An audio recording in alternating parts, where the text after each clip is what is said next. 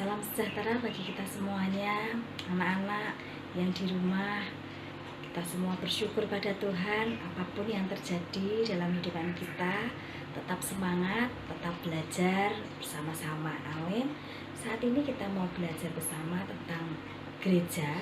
Kita mau berdoa terlebih dahulu sebelum kita belajar. Mari kita tundukkan kepala, kita berdoa.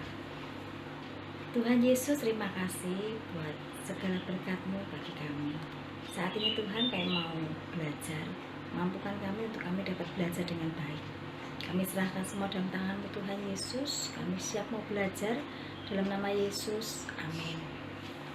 Puji Tuhan, hari ini kita mau belajar bersama-sama tentang gereja sebagai umat Allah yang baru.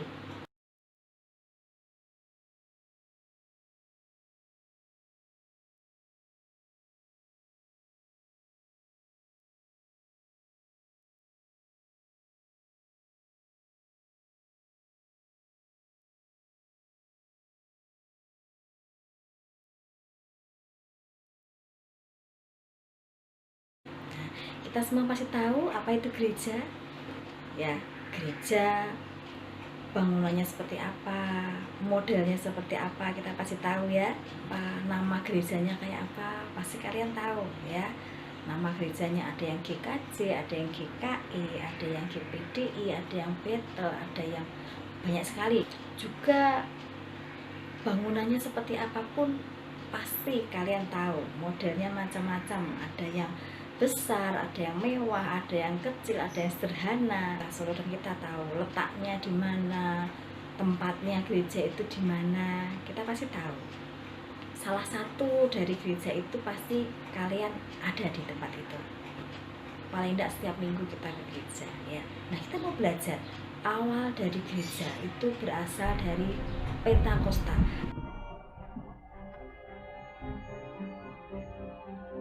You will be my witnesses in Jerusalem, and in all Judea and Samaria, and to the ends of the earth. Go into the world and preach the gospel to all creation.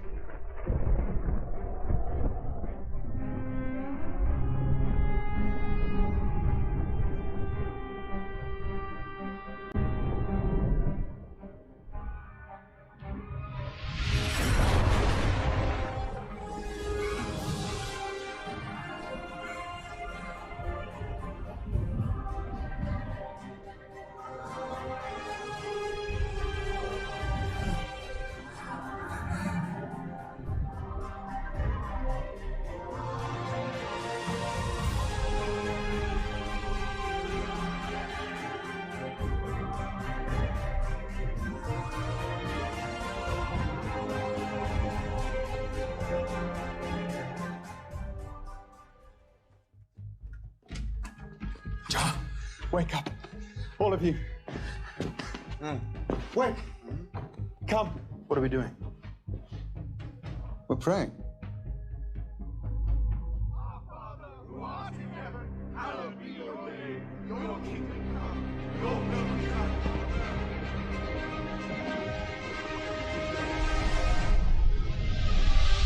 Give us today our daily bread, and forgive us our debts, as we have also forgiven our debtors, and lead us not into temptation.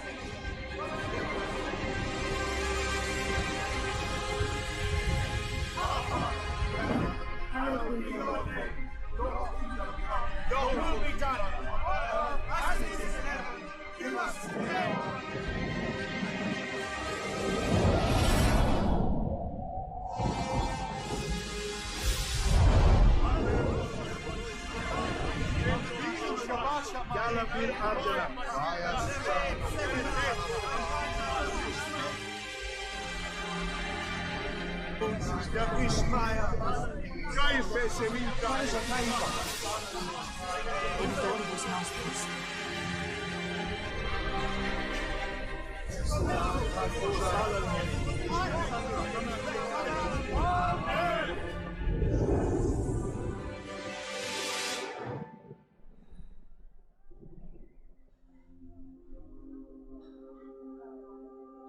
Now we can leave this place.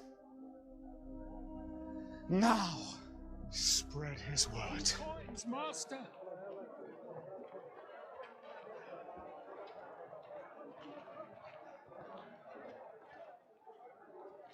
Look at us.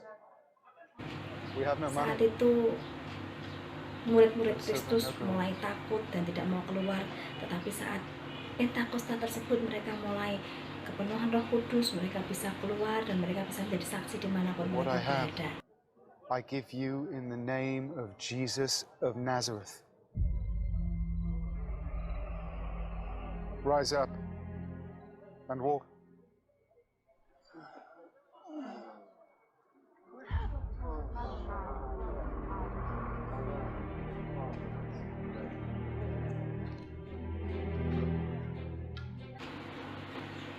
Apa itu gereja? Kata gereja berasal dari bahasa Portugis yang menggunakan kata igreja. Kemudian juga bahasa Spanyol yaitu iglesia, dari bahasa Yunani yang dinamakan eklesia. Pengertian gereja dalam bahasa Yunani adalah eklesia. Eklesia berasal dari kata ek yang artinya keluar dan klesia yang artinya memanggil atau kaleo yang artinya eklesia itu dipanggil keluar ya. Maksudnya dipanggil keluar itu adalah anggota gereja adalah orang yang dipanggil untuk keluar dari lingkungannya untuk menjadi bagian dari sebuah komunitas yang baru. Itu namanya eklesia. Sama artinya dengan yaitu orang yang dipanggil keluar untuk menjalankan tugasnya, yaitu memberitakan kasih Allah kepada sesama manusia, memberitakan kasih Kristus kepada orang lain. Nah, gereja bukanlah hanya sebatas gedung, tapi gereja itu adalah orangnya. Dalam Matius pasal yang ke-18 ayat yang ke-20 di sana dikatakan bahwa di mana dua orang atau lebih berkumpul, di situ Tuhan Yesus ada. Ya, di situ aku ada, katakan seperti itu. Gereja itu walaupun apabila gedung gerejanya itu hancur, itu hanya bangunannya saja. Oleh sebab itu tidak perlu takut. Gereja sendiri yaitu kumpulan orang percaya yang setia kepada Yesus Kristus, tetap bertahan selamanya, berkumpul. Karena kita mau tahu umat Allah yang baru itu seperti apa ya. Kita tahu kalau gereja itu diibaratkan sebagai bangsa Israel, orang Yahudi diibaratkan sebagai orang-orang Kristiani. Dalam Yeremia pasal 31 ayat 31 sampai 33 di sana mengatakan bahwa Tuhan akan membuat perjanjian baru di dalam hati manusia. Karena apa Tuhan membuat perjanjian baru dalam hati manusia? Karena dalam perjanjian lama itu umat Israel itu sering melakukan hal-hal yang melanggar firman Tuhan ya.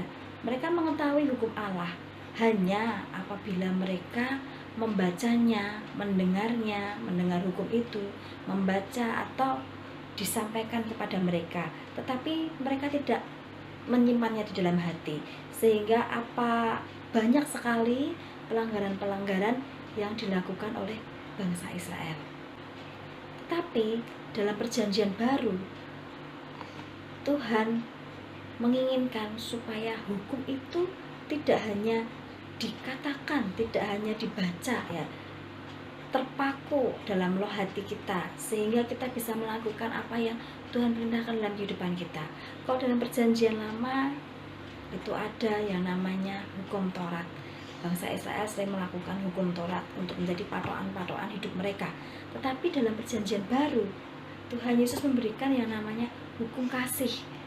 Hukum kasih ini Tuhan berikan bagi manusia untuk kita bisa melakukan sesuai dengan maksud Tuhan ya. Allah membentuk gereja sebagai umat Allah yang baru, dalam 1 Petrus pasal 2 ayat 9 sampai ayat yang ke-10 dikatakan, tetapi kamulah bangsa yang terpilih, imamat yang rajani, bangsa yang kudus, umat kepunyaan Allah sendiri, supaya kamu memberitakan perbuatan-perbuatan yang besar dari Dia yang telah memanggil kamu keluar dari kegelapan kepada terangnya yang ajaib. Kamu yang dahulu bukan umat Allah, tetapi yang sekarang adalah menjadi umatnya, yang dahulu tidak dikasihani, tetapi yang sekarang beroleh belas kasihan. Itu adalah gereja Tuhan yang baru. Kita ini adalah gereja Tuhan yang baru. Kita diperbaharui oleh Kristus, kita diperbaharui oleh kasih Kristus, supaya kita bisa memancarkan kasih-Nya yang luar biasa dalam kehidupan kita. Nah, sekarang kita sebagai gereja Tuhan yang baru, apa yang harus kita lakukan?